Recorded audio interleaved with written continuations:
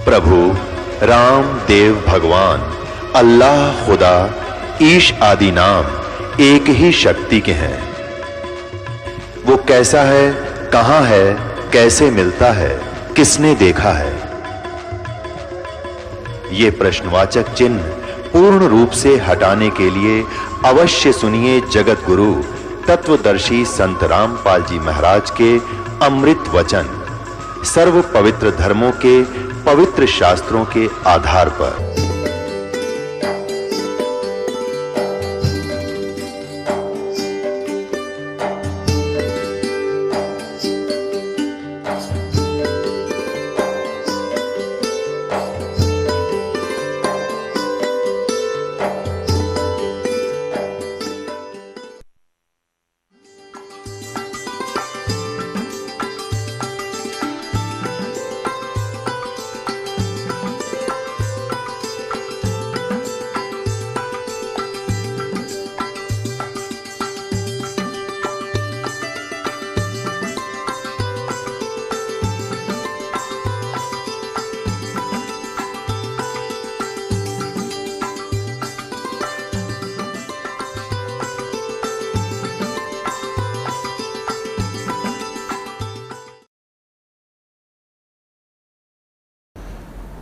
तो पुण्यात्मा, सौभाग्य आपका,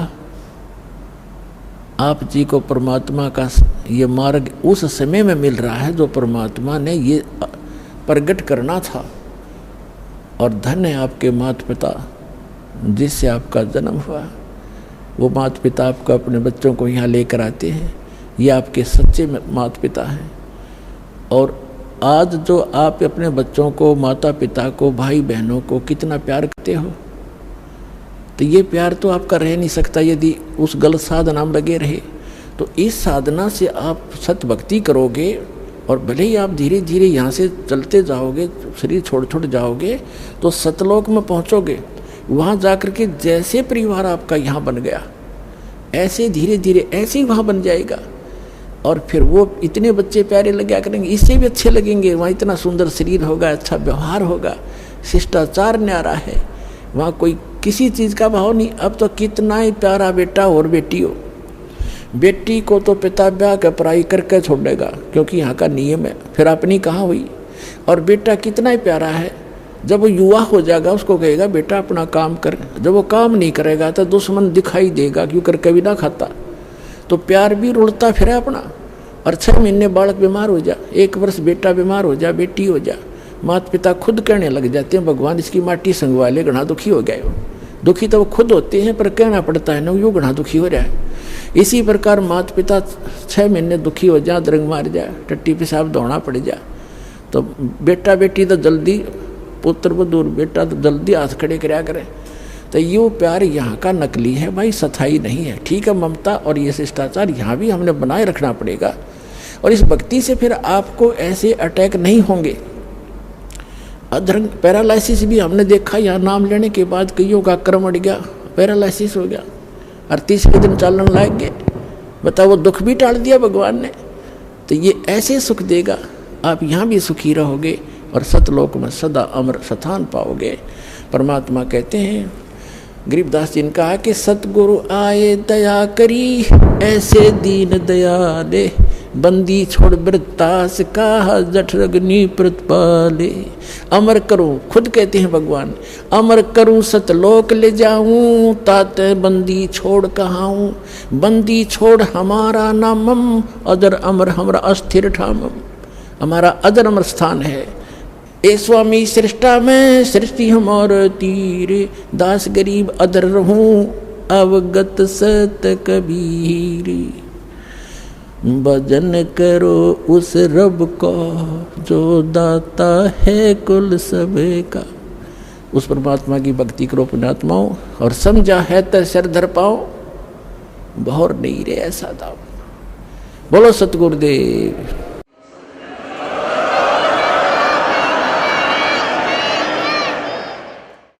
परम पिता परमात्मा पूर्ण ब्रह्म सारी सृष्टि के रचनहार कुल मालिक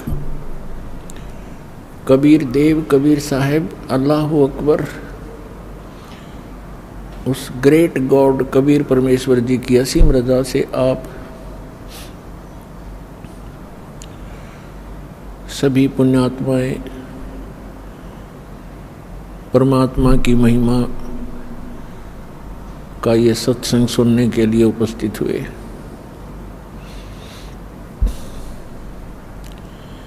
आप बहुत ही विशेष आत्माएं हैं, विशेष प्रिय परमात्मा के बच्चे हो, जो आपको ये ज्ञान अच्छा लग रहा है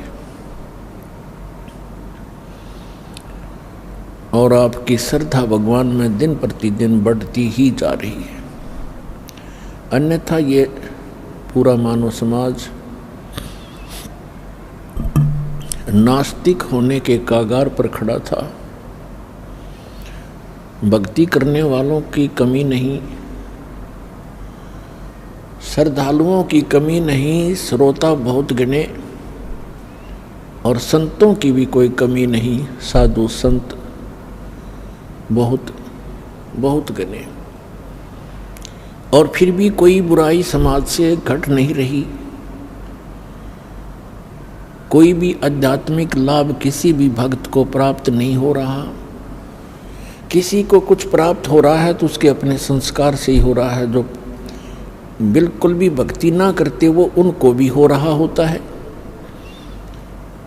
क्योंकि जो पूर्व जन्म के शुभ संस्कार या अशुभ संस्कार वो प्रत्येक प्राणी को प्राप्त होते ही रहते हैं। अब परमात्मा ने रजा करी है, अब वो समय है जो सब जगह भक्ति करने वाले भी महादुखी हैं और जो भक्ति नहीं करते वो तो अपने आप ही दुखी हैं। हाहाकार मचा है। एक पैसा ही सर्वस्व हो गया, माया ही सबको मीठी लगती है। इसका कारण क्या है? हमें अध्यात्म ज्ञान नहीं रहा। हम देखा देखी और लोक वेद के आधार से गलतियों पर गलती करके अपने कर्म बिगाड़ रहे हैं। तो परमात्मा दया करते हैं, स्वयं आते हैं अपनी प्यारी आत्माओं को ये यथार्थ ज्ञान प्रदान करने के लिए। ये समागम जो सत्संग चल रहा है ये उसी उपलक्ष्य में है कि वो परमात्मा हमारे पिता, हमारे हमदर्द, सर्व पाप नाशक, सर्व सुखकारी, मंगलकारी, पाप हरण करने वाले हमारे जनक, हमारे पिता, ये परमात्मा हैं। इसलिए ये हमारे को सद्मार्ग दर्शन करने के लिए आते हैं। और काल भगवान जिसके लोक में हम रह रहे हैं, इसका पूरा प्रयत्न होता है कि ये सभी प्राणी परमात्मा से परिचित ना होकर के दंत कथा लोकवेद सुनते रहें, भक्ति करें या तो करें नहीं, विकार खूब करते रहें, और करें तो शास्त्र विधि त्याग का मनमाना आचरण करें, जिससे उनको कोई लाभ होना नहीं। और कुछ दिनों में उनकी आस्था भगवान से अपने आप हट जाती है।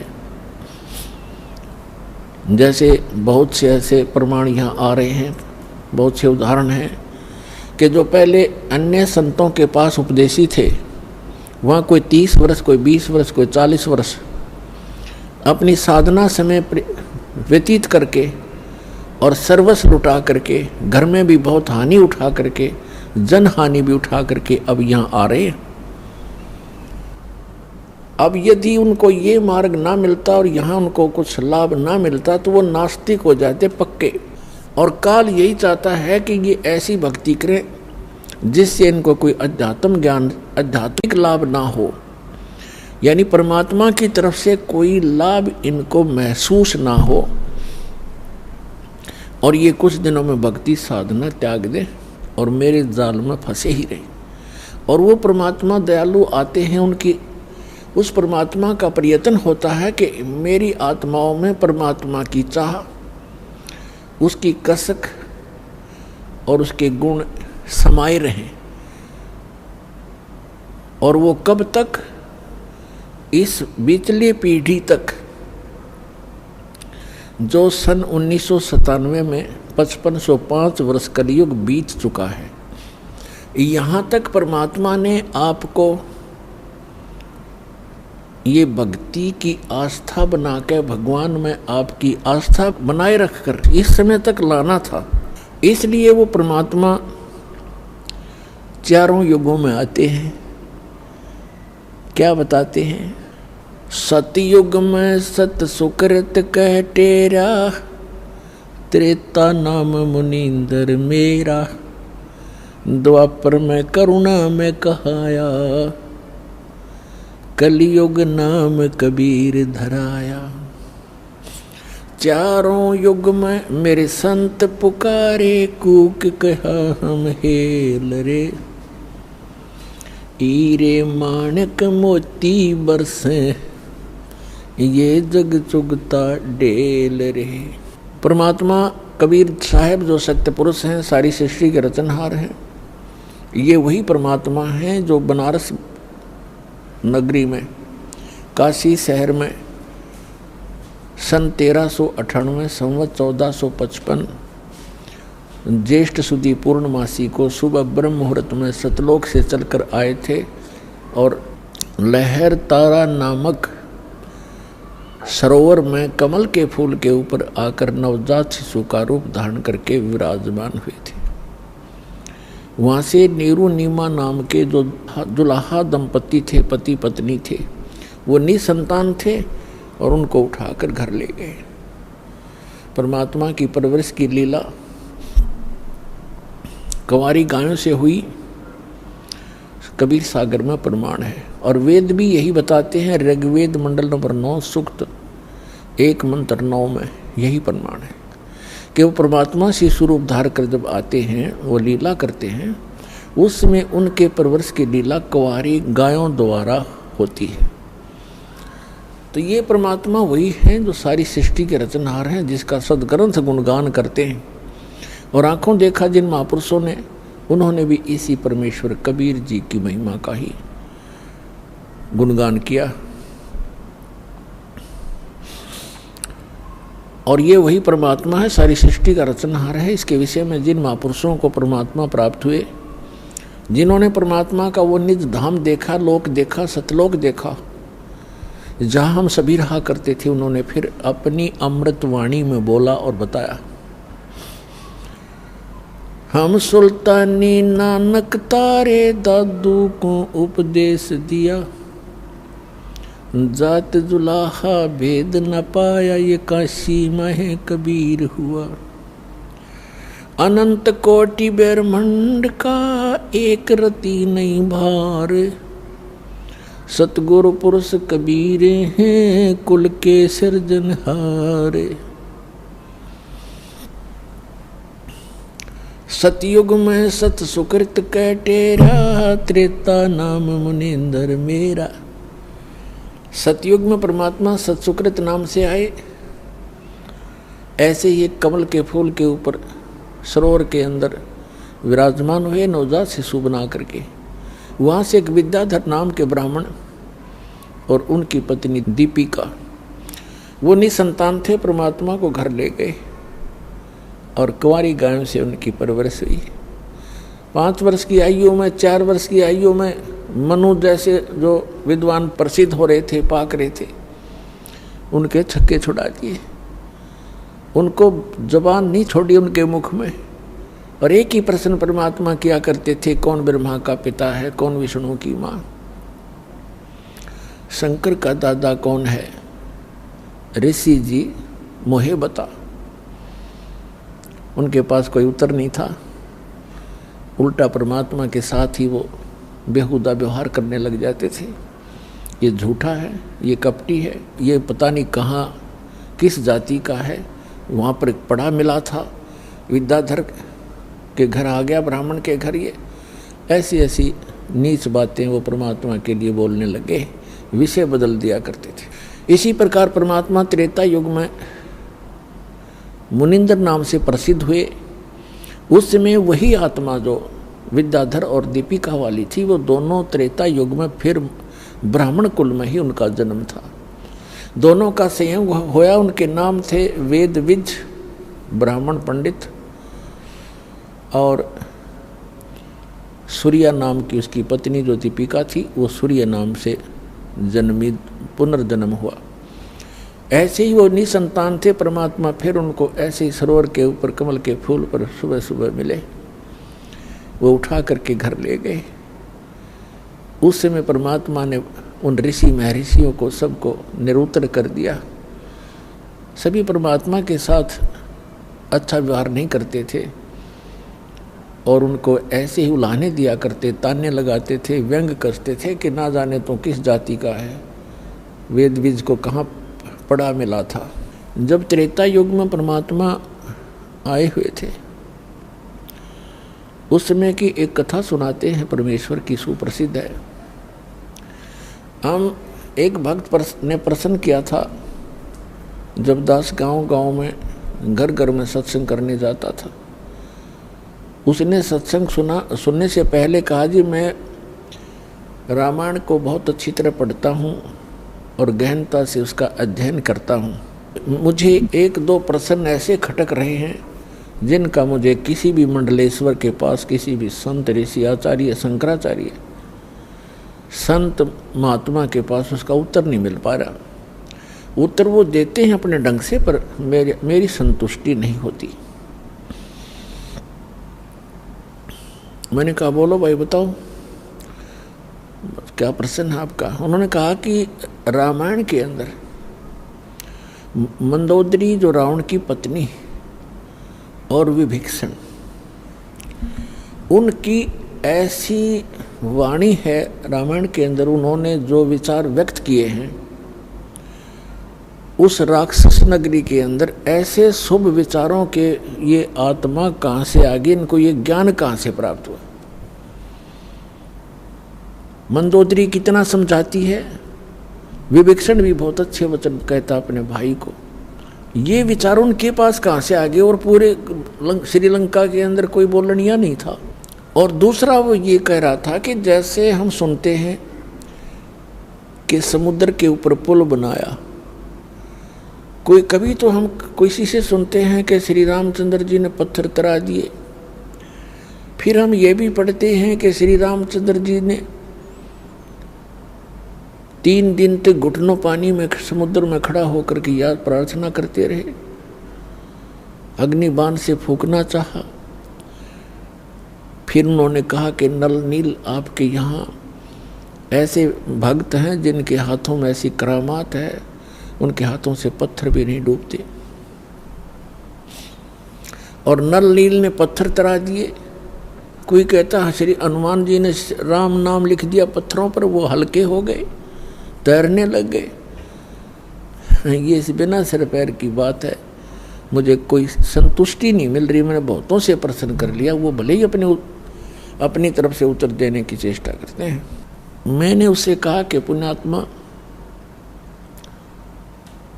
मुझे भी पहला ऐसा हिंदू भक्त मिला है जो ऐसा प्रश्न करने वाला हो,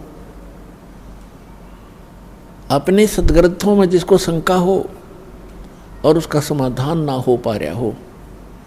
अन्य श्रद्धालु तो कोई तो कहीं फंस गए हैं, कोई राधा स्वामी कहीं चले गए, कोई किसी के, कोई सच्चा शब्द सरसा, उन्होंने रामायण आदि पढ़ने की आवश्यकता नहीं महसूस हो रही।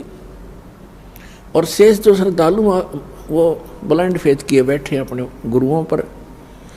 और एक आप हो जो ऐसी बात कही है जो प्रत्येक ने इस पर विवेचन करना चाहिए था।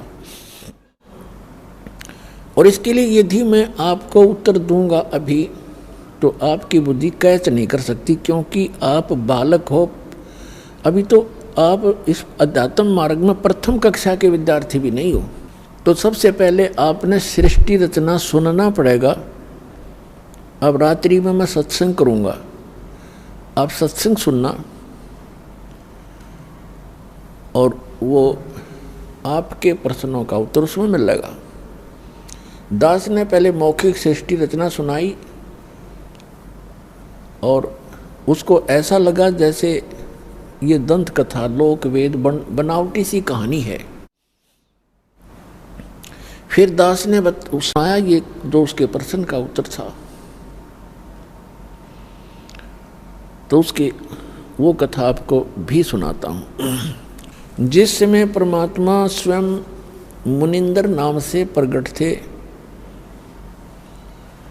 उस समय श्रीलंका के अंदर एक चंद्र विजय नाम का एक भाट था। भाट आपको पता होगा, जो राजाओं के घरों में जाते थे, बड़े बड़े नवाबों के घर जाते थे, उनकी प्रशंसा के पुल बांधा करते थे, उनको कथा कहानी सुनाया करते थे, उनको चुटकुले सुनाकर उनकी महिमा के पुल बांधकर प्रसन्न करके उनसे कुछ रोजी रोटी प्राप्त करते रहते थे। वो चंद्र विजय नाम का एक भाट था। उसके घर में पुत्र पुत्रियां और पुत्र वधू कुल मिलाकर 16 सदस्य थे। परमात्मा कहते हैं, 100 छल छिद्र मैं करूं अपने जन के काज, गोता मारूं स्वर्ग में जा बैठूं पाताल। गरीबदास जी वर्णन कर रहे हैं परमात्मा की महिमा को। गरीबदास ढूंढता फिरूं अपने हीरे मोती लाल। तो परमात्मा एक साधु रूप में चंद्र विजय जिस रास्ते से सुबह सुबह सैर सपट्टे को जाता था, उस मार्ग में एक वृक्ष के नीचे बैठ के। और पुण्यात्माओं, भक्त का एक विशेष लक्षण होता है कि साधु संत दिखाई देते उसकी आत्मा अपने आप आकर्षित हो जाती है। वो उसका सौभाग्य या दुर्भाग्य, वो असली है या नकली, लेकिन वो असली मानकर ही पहुंच जाता है। तो परमात्मा भी कहते हैं कबीर साहब के, साधु दर्शन राम का, साधु दर्शन राम का, मुख पे बसे सुहाग, और दर्श उन्हीं को होत हैं जिनके पूर्ण भाग। कबीरा दर्शन संत के, परमात्मा आवे याद, और लेखे में वही समय, बाकी का समय बर्बाद। अब जो ही चंद्र विजय अपने निर्धारित समय पर सुबह सुबह बाहर निकला, घूमने के लिए गया, फ्रेश होने के लिए गया। जाते समय देखा कि साधु बैठा है अपना। वापस आते समय उन्होंने चरणों में प्रणाम किया और कहा, महात्मा जी, दास का यह मकान है, छोटा सा झोंपड़ा है, दर्शन दो भगवान, कुछ आहार करो, हमारा भी उद्धार करो। परमात्मा तो गए उसी विषय में थे। परमात्मा ने कहा कि भाई, मैं ऐसा वैसा संत नहीं हूँ, मेरे कुछ नियम हैं, मर्यादाएं हैं, उनको यदि तू पालन करेगा तो मैं चल सकता हूँ तेरे घर पे। करबद्ध होकर के चंद्र विजय भाट ने कहा कि हुक्म करो परवरदिगार, क्या नियम है, क्या आदेश है आपका? संभव कोशिश करूँगा, जितना भी संभव मेरे से हो सकेगा। परमात्मा ने कहा कि जो मेरा भक्त हो जाता है, उपदेश दीक्षा ले लेता है, मेरा शिष्य बनता है, मैं उसी के घर जाता हूँ, ऐसे वैसे व्यक्ति के, अनुपदेशी के घर में आहार नहीं करता। तो चंद्र विजय ने कहा कि भगवान, मैं तो शिष्य गुरु बना चुका हूँ एक ऋषि को, और उसी ऋषि को गुरु बना रखा है, और बहुत से हमारे साथियों ने। तो परमात्मा ने कहा, आपके गुरुजी ने किस भगवान की भक्ति बताई है? अब चंद्र विजय कहता है कि और भगवान कौन है? शिव जी, शंकर भगवान ही तो है सर्वेश्वर, और हमारे राजा भी भगवान शंकर के ही उपासक हैं। फिर परमात्मा ने उसको कहा कि भाई, तुम सभी भ्रमित हो, ये शंकर भगवान नहीं है, ये एक देव है, और ये तीन देव एक जैसी ही शक्ति वाले हैं। श्री ब्रह्मा जी रजगुण, श्री विष्णु जी सतगुण, श्री शंकर जी तमोगुण। जैसे आजकल के दृष्टिकोण से अब दास समझाएगा, जैसे एक प्रांत में मिनिस्टर होते हैं, मंत्री, तो उन मंत्रियों का एक जैसा ही रैंक होता है, एक जैसी पावर होती है, एक जैसे ही वो एमएलए से होते हैं, लेकिन उनके विभागों में अंतर होने से थोड़ी सी वैल्यू उनकी घट बढ़ जाती है, वो अलग बात है।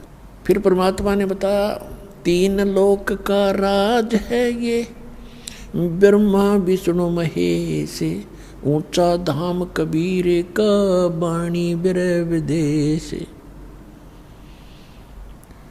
तीन देव की जो करते भक्ति, उनकी कदे ना होवे मुक्ति। गुण तीनों की भक्ति में ये भूल पड़ो संसार, कहे कबीर निज नाम बिना कैसे उतरो पार। अब चंद्र विजय को कुछ बात खटकी, कुछ हटकर ज्ञान था, कभी कड़वा लगा, कभी मीठा लगा। घंटा 2 घंटे डिस्कशन करने के बाद उसने निर्णय ले लिया कि भगवान आपका ज्ञान भले ही मैं पहली बार सुन रहा हूँ, पर आत्मा को खींच रहा है, कुछ अच्छा सा भी लग रहा है। शुरू में तो अच्छा नहीं लग रहा था। तब चंद्र विजय ने कहा कि भगवान दीक्षा दे दो दास को। परमात्मा ने उसको मंत्र दिया और कहा, अब दर्शन दो दास के घर पे। तो चल पड़े मालिक। अब चंद्र विजय के घर रहे परमात्मा 2-3-4 दिन, प्रार्थना करके रखा उनको। सारे परिवार को बैठा लेते थे और सत्संग सुनाते थे, ज्ञान सुनाते थे। तो प्रथम बार तो केवल चंद्र विजय ने ही दीक्षा ली, बाकी सदस्यों ने नहीं दीक्षा ली, क्योंकि पहले बड़े श्रद्धालु व्यक्ति थे। दीक्षा ग्रहण बेशक ना की, लेकिन ज्ञान सुनते रहे। परमात्मा चले गए, वो फिर कुछ दिनों के बाद फिर आए। उस समय तक चंद्र विजय ने सारे परिवार को तैयार कर लिया दीक्षा दिवाने के लिए। परमात्मा आए, पीछे उन्होंने सब ज्ञान पर डिस्कस किया और सब ने स्वीकार किया कि बात सारी सत्य है और समर्थ हैं ये संत, इनके दर्शन से ही आत्मा प्रसन्न होती है। जिन मिलते सुख उपजय, मिट्टे कोटि उपाद, भवन चतुर्दश ढूंढियो वो परम स्नेही साध। और वो तो परमात्मा आए थे खुद। उन सब ने दीक्षा ले ली। पूरे चंद्र विजय भाट के 16 सदस्य दीक्षित हो गए। अपन आत्माओं देखना मालिक की कैसी रजा होती है। अब पहले चंद्र विजय की पत्नी करमवती प्रतिदिन मंदोदरी के पास जाती थी, 1-2 घंटा उसका मनोरंजन करवाया करती थी। और क्या सुनाया करती थी? ऐसे ही घटिया सतर के चुटकुले, बेहुदी बातें जो आम समाज में कहीं भी नहीं जाती। इस तरह की घटिया प्रकार के चुटकुले ऐसे ही जैसे बतलाया करती हैं वो दोनों जनी, और मंदोदरी को हंसाया करती थी, खुश करती थी। जब उस करमवती को ये ज्ञान हुआ, फिर वो जाकर के मंदोदरी जी को, Mandodari wife of Ravana, king of Lanka, उसको समझाने लगी, ये ज्ञान सुनाने लगी। इस ज्ञान को सुनकर मंदोदरी की आत्मा ऐसे खिंचने लगी और एक दिन ये बोली कि करमवती, तेरे अंदर तो सारा डंगा भरा था, ये बात तू लाई कहाँ से? इतने सुंदर वचन आत्मा को खींच रहे हैं, तो ये ज्ञान कहाँ से लाई? तेरे सतर का ज्ञान नहीं है ये। और ना आज तक हमने किसी कथा, किसी महाभारत में देखा ना आज तक हमने किसी सदग्रंथ में देखा नहीं, और किसी पुराण में पढ़ा नहीं, किसी ऋषि ने सुनाया नहीं। यूं बता, ये कथा तेने ये ज्ञान सुना कहाँ से? करमवती ने बताया हमारे घर पे हमारे गुरु जी आते हैं, उन्होंने ये ज्ञान सुनाया मंदोदरी। अब मंदोदरी ने कहा कि अब के तेरे गुरुजी आए तो मेरे घर बुला के लाना। अब परमात्मा फिर जाना ही था अपने पेड़ पौधों को संभालने के लिए। तो परमात्मा गए तो मंदोदरी, उसने करमवती ने कहा, करमवती ने अपने गुरुदेव से कहा कि गुरुवर, हमारे राजा की रानी को मैंने आपका ज्ञान सुनाया, वो बड़ी प्रभावित हुई और वो आपका दर्शन करना चाहती है। उसने कहा है कि आप एक बार अपने गुरु जी को बुला लाओ। परमात्मा कहने लगे, बेटा रावण जो है एक बहुत अहंकारी व्यक्ति है, और वहाँ यदि मैं जाऊँगा और वो इंसल्ट कर देगा और उधर से अपनी पत्नी को कहेगा तू क्यों बुला तूने ऐसे गैर पुरुष को, तो बेटा उसके जीने भी समस्या हो जाएगी, और यदि उसको आवश्यकता है तो यहाँ आ जाएगी। अब कर्मवती के सामने धर्म संकट और राज संकट दोनों खड़े हो गए। धर्म संकट तो ये हो गया कि गुरुजी ने कह दिया, मैं दोबारा कहूँ कैसे, और राज संकट ये खड़ा हो गया कि मंदोदरी मेरी महारानी है और उसको यूं कैसे कहूँ कि ये जवाब मिल गया।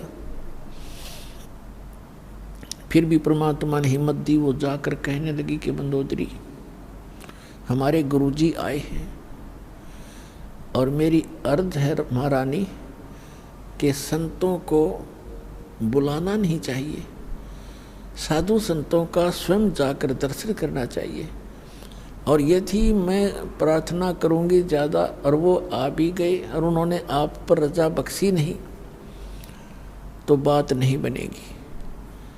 उन्होंने, हमारे गुरुदेव जी ने आपके घराने से बना कर दिया और ये कहा है कि यदि उसको गरज है तो मेरे पास आ जाएगी। तो मंदोदरी कहने लगी, बहन मैं चलूँगी, मैं खुद चलूँगी, मुझे गरज है भगवान की। वो उस अपने नौकरानी के घर आगी रानी, परमात्मा के चरणों में मत्था टेक दिया और ज्ञान ग्रहण किया, दीक्षा प्राप्त की, क्योंकि करमवती ज्ञान से पहले काफ़ी परिचित हो चुकी थी और उसने मंदोदरी को बहुत कुछ ज्ञान सुना दिया था। मंदोदरी परमेश्वर मुनिंदर जी की शिष्या बन गई।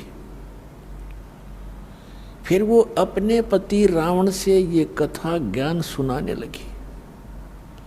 रावण कहने लगा, तेरी बुद्धि चल चुकी है, तेरे को किसी गलत व्यक्ति ऋषि ने बहका दिया है, भगवान शंकर से ऊपर कोई शक्ति है, देख मेरे कैसे ठाठ कर रखे, कैसी मेरे को सिद्धियां दे रखी है, सारी सोने की लंका बना ली है। ए मूर्ख औरत, तू अब भी नहीं समझ पाई, किसके चक्कर में फंस गई।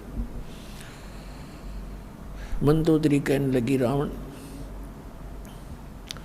तू मेरा पति है और मेरा कर्तव्य है तेरे को समझाने का और कहने का, आपका भी फर्ज है मुझे शिक्षा देने का, लेकिन जो ज्ञान मेरे समझ में आया है ये ज्ञान उत्तम है, और अपने जो शंकर भगवान है ये समर्थ शक्ति नहीं है, ये केवल वर्क दंड दे सकते हैं जो आपका किया कर्म आपको मिल रहा है अपने तपस्या की, क्योंकि वो ज्ञान से परिचित थी, जिस कारण से आपको सिद्धियां भी मिल गई हैं। लेकिन ये अस्थायी है, एक दिन आपकी भी मृत्यु होगी और शंकर भगवान की भी मृत्यु होगी। रावण कहने लगा, आज के बाद मेरे से जिक्र भी मत कर देना, क्योंकि उसने तो राज चाहिए था, राज उसको प्राप्त था, बस फाइनल, उसने ज्ञान इतना था उसको। ऐसे गुरु मिले हुए थे। एक दिन उसने अपने देवर विभीषण के सामने ये जिक्र किया कि है तो ये भी उसका भाई, लेकिन मेरा कर्तव्य है समझाने का, मानो चाहे मत मानो। तो विभीषण को जब ये ज्ञान सुनाया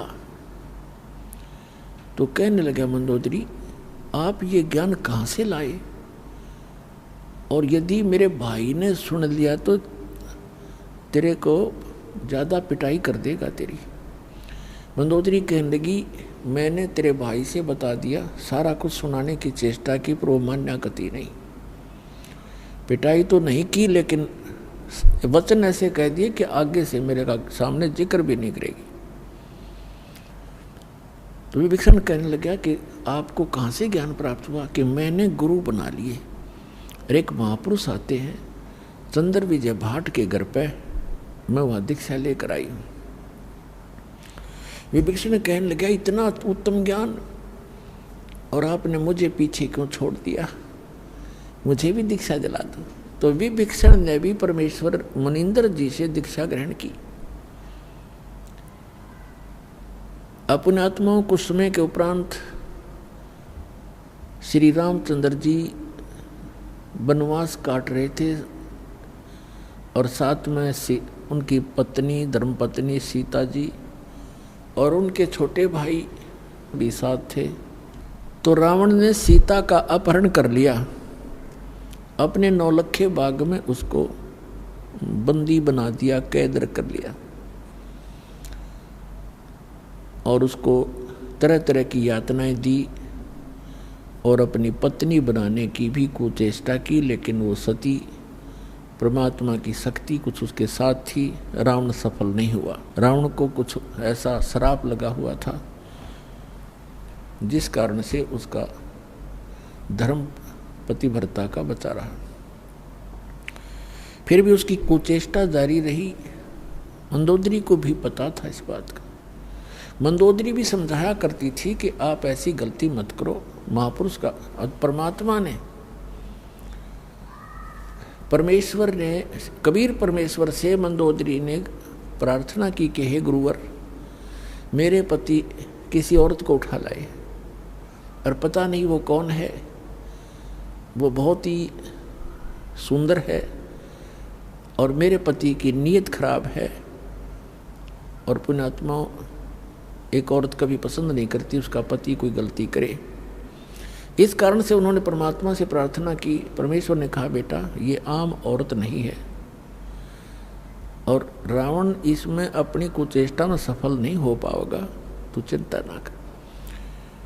फिर भी मैं बताता हूँ बेटा, उसको कह दे तेरे पति को कि इस देवी को लौटा दे, इसी में इसकी खैर है।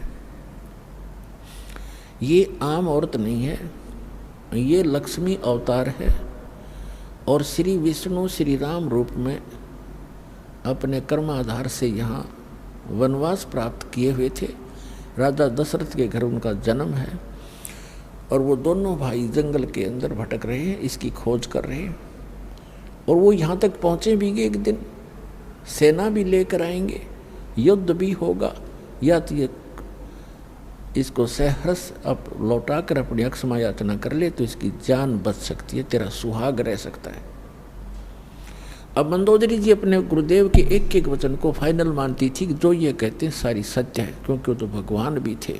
रावण को जाके मंदोदरी ने कहा कि आप इस देवी को लौटा दो, ये आम औरत नहीं है, ये इस भगवान विष्णु की पत्नी समझो, लक्ष्मी जी आई हुई है और श्री विष्णु जी ही श्री रामचंद्र रूप में जो इनके पति हैं वो जंगल में घूम रहे हैं, इसकी खोज कर रहे हैं। आप इसको लौटा दो और अक्षमा याचना कर लो। रावण ये बात सुनकर ऐसा क्रोधित हो गया, कहने लगा, ये मूर्ख औरत, तेरा दिमाग खराब है। एक दो मांसाहारी मस्करे जंगल में फिरते हैं तीर लिए, उनसे मुझे डराती है। मेरे 1 लाख पुत्र हैं, 1.25 लाख मेरे नाती हैं, मेघनाथ और जैसे मेरे पुत्र हैं, कुंभकर्ण जैसे मेरे भाई हैं, तो किससे मुझे डराती है। 1-2 व्यक्ति जंगल में फिर रहे हैं और माफ़ी मांगने की कहती है, क्षमा याचना करने की कहती, तेरी बुद्धि चल गई है, बहुत कुछ खरी खोटी कही। अब मंदोदरी को अपने गुरुदेव की बात पर फाइनल विश्वास था, अटल विश्वास था कि न जो बोला सही है। तब परमात्मा से उन्होंने फिर स्वयं प्रयत्न किया। उधर से सीता जी की खोज करते करते हनुमान जी ने वो सुराग लगा ही लिया था कि रावण के बाग में, नौलखा बाग में वो बैठी है। कैद हैं। फिर वो तैयारी हो रही थी उधर से सेना की। रावण के पास भी संदेश से आ चुके थे कि आप ये लौटा दो। जैसे अंगद जैसे दूत बनकर भी आ लिए थे और इसने अपनी सारा कुछ कर लिया था। अंगद का पैर भी नहीं हिला था उससे, उसके महाबलियों से। फिर भी बुद्धि काम ना करे थी, क्योंकि रावण इतना तगड़ा बताया है सूक्ष्म वेद में परमात्मा ने कि एक समय में 100 मटके तो दारू के पिया करता, शराब के, और 100 जोटियां का मांस खाया करता। वो तरह का जो भाई, और ब्राह्मण था। एक भैंसे का मांस खाने लगे जैसे खाते होंगे जितने, मेरे ख्याल में 100 आदमी नहीं खा सकते वर्तमान के। और उस समय 100 मटके दारू के, एक मटका भी बड्डे होंगे उनके उस समय के। अभी 15-20 लीटर का तो एक घड़ा होता ही होता है। 100 मटके दारू के एक बार पिया करता और 100 जोटियां का मांस, भैंसों का मांस खाता था। इतना तगड़ा बलशाली। सतयुग में 100 फुट की हाइट होती थी मानव की, मनुष्य की, और त्रेता में 80-70 फुट की हाइट होती थी। ये सैड का बिचला सिरा 45 फुट है। हिसाब लगा लो कितना ऊंचा दिखा आपने। इसे 25 फुट और ऊपर जाइए, इतने लंबे। और फिर चौड़ाई से पैरेलल होगी इसकी। तो बुद्धि भ्रष्टता खा पी कर, दारू शराब पी कर, खा कर मांस, राक्षस जैसी बुद्धि होगी और सच्चाई पर विचार करना बंद कर दिया। तो उसकी पत्नी ने देखा, परमात्मा ने बताया है कि तेरा सुहाग उजड़ेगा या तो इसे न मना ले। तब एक दिन मंदोदरी ने भगवान से कहा, गुरुदेव आप कृपा करो, एक बार आप समझा दो मेरे पति देव को, और यदि वो आपकी बात नहीं मानेगा तो मैं उसने मराए मान लूँगी। आज से ही मैं अपने आप को विधवा समझ लूँगी अगर आपकी बात नहीं मानी उसने। आप नहीं जाओगे दाता तो मेरी आत्मा में तड़फ बनी रहेगी कि शायद गुरु जी कह देते तो मान जाते। अब उस समय, जिस समय ये उसको पता लग गया था रावण को कि सेना बाहर भी इकट्ठी हो रही है और कभी भी आपके साथ कोई गलत घटना घट सकती है, इसलिए वो गुप्त मीटिंग कर रहा था सभी अपने मंत्री महामंत्रियों के साथ, और सभी अपने पुत्र सभी रिश्तेदारों को इकट्ठा कर रखा था। गुप्त मीटिंग चल रही थी। परमात्मा वहाँ पहुँच गए एक साधु रूप में, और वहाँ गेट के ऊपर खड़ा था गेट कीपर, पहरेदार। उससे जाकर कहा कि भाई मुझे राजा रावण से मिलना है, मेरा संदेशा भिजवा दो, मैं उससे मिलना चाहता हूँ। पहरेदार ने कहा कि महाराज ये रावण इतना खतरनाक आदमी है, इतना क्रोधी है, इसने आदेश दे रखा है कि अंदर का संदेश तो बाहर जा सकता है, बाहर का संदेश इस दौरान मेरे पास लेकर आने की आवश्यकता नहीं, तेरा सर कलम कर दूंगा, कत्ल कर दूंगा। तो महाराज मैं विवश हूँ। अब उस समय संतों से भी डर लगता था, क्योंकि वो कोई वचन कुवचन बोल देते थे जो हानि कर देता था।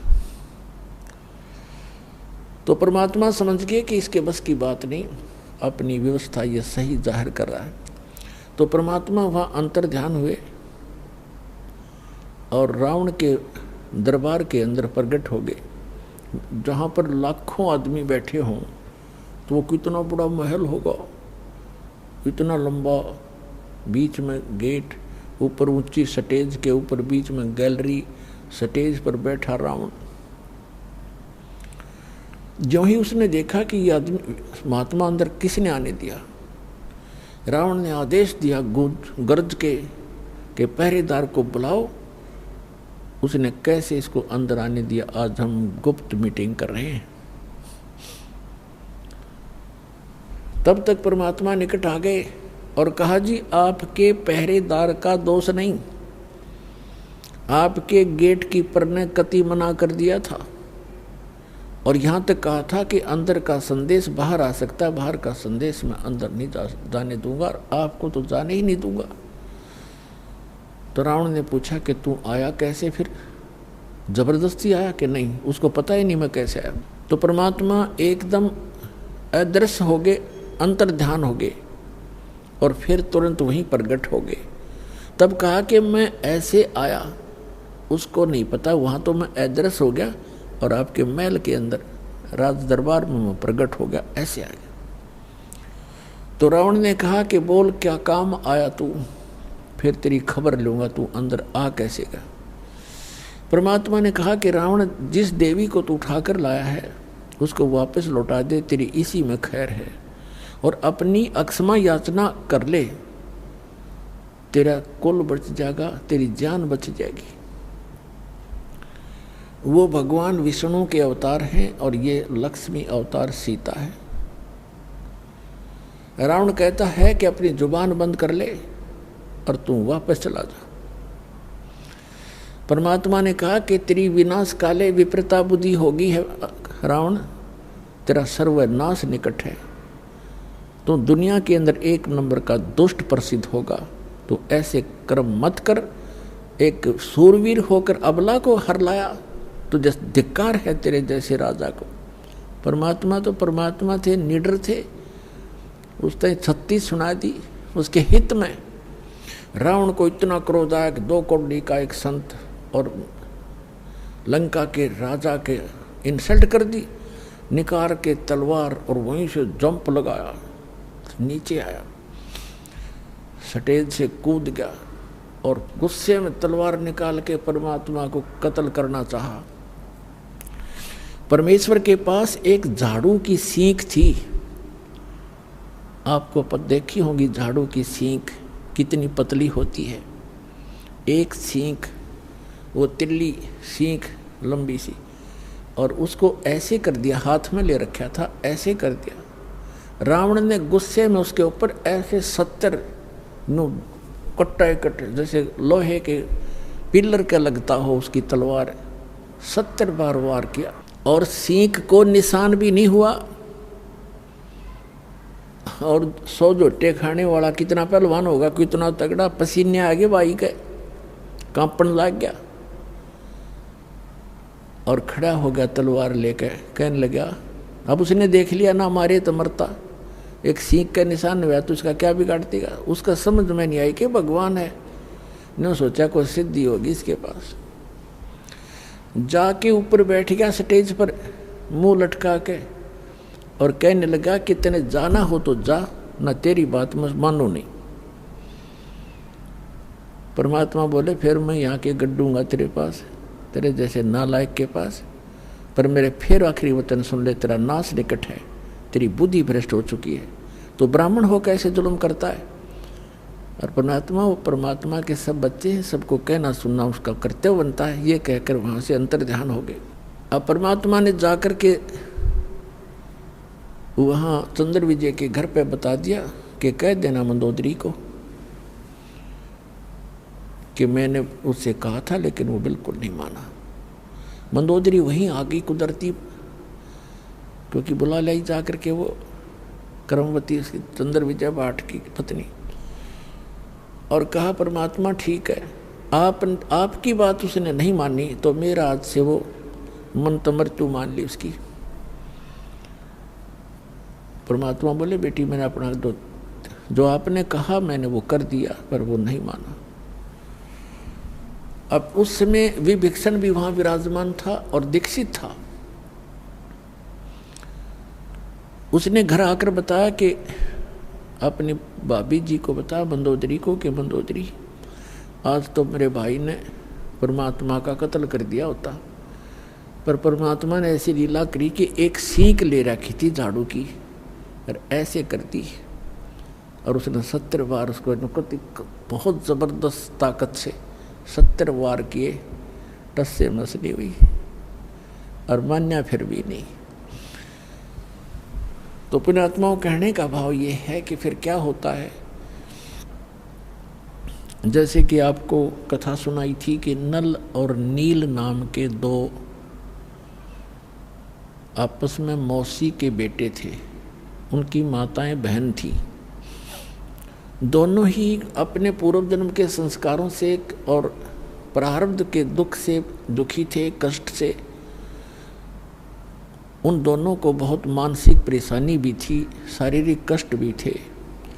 और परमात्मा कबीर जी के आशीर्वाद से वह स्वस्थ हो गए थे। फिर उनके शिष्य बनकर मुनिंदर ऋषि रूप में परमात्मा आए हुए थे। एक आश्रम कुटिया बना रखी थी, वहाँ वो रहा करते, सत्संग सुनने जाया करते थे, अपने घर भी आ जाते थे।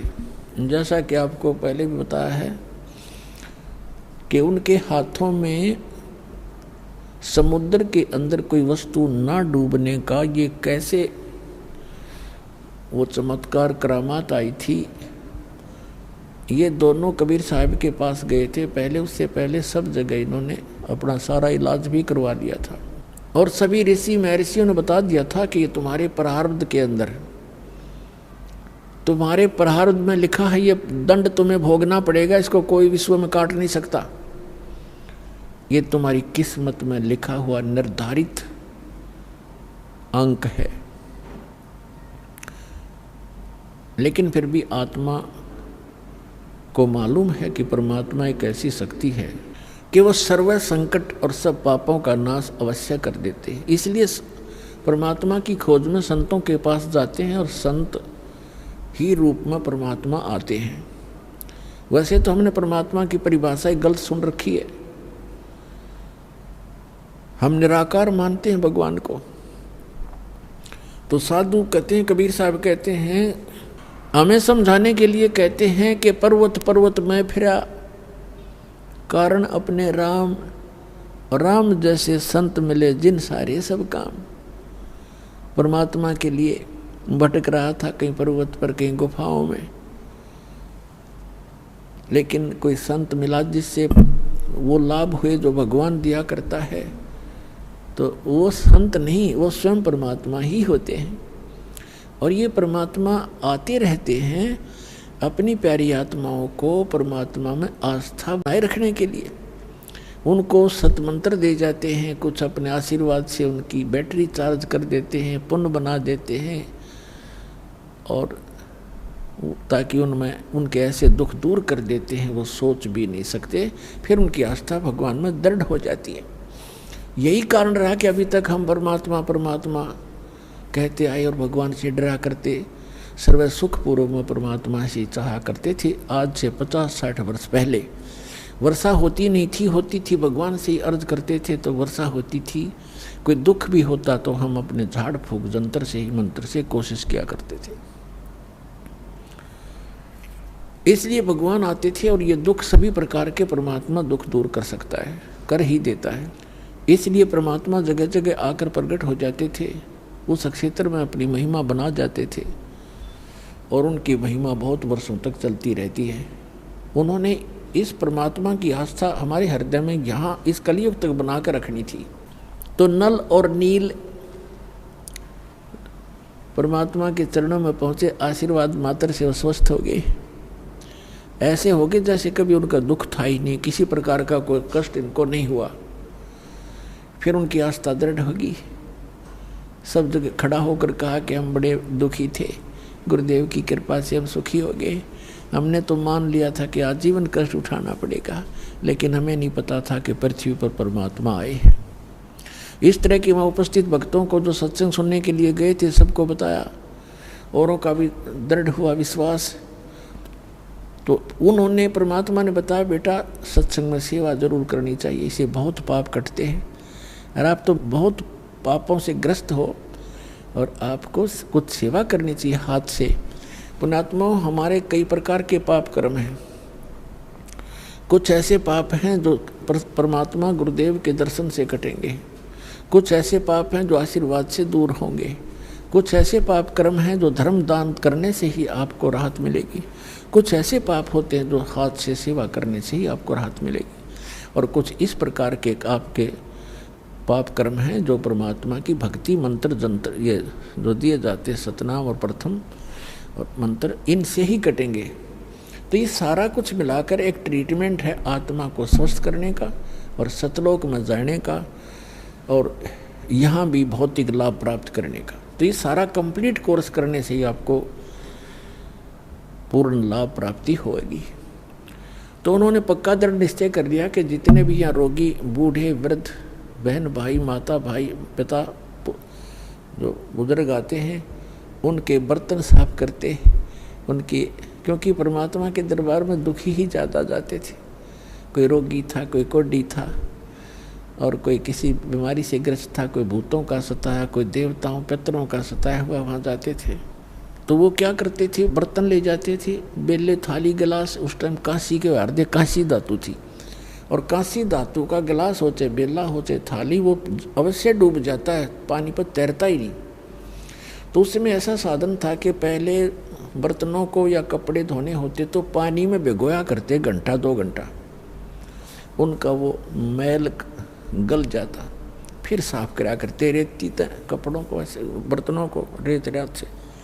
तो वो क्या करते थे, गंगा यानी दरिया के किनारे बैठ जाते थे, उन बर्तनों को भिगो के, कपड़े होते कपड़ों को, और 1 घंटा 1.5 घंटा एक वृक्ष के नीचे बैठ कर भगवान की चर्चा करते थे।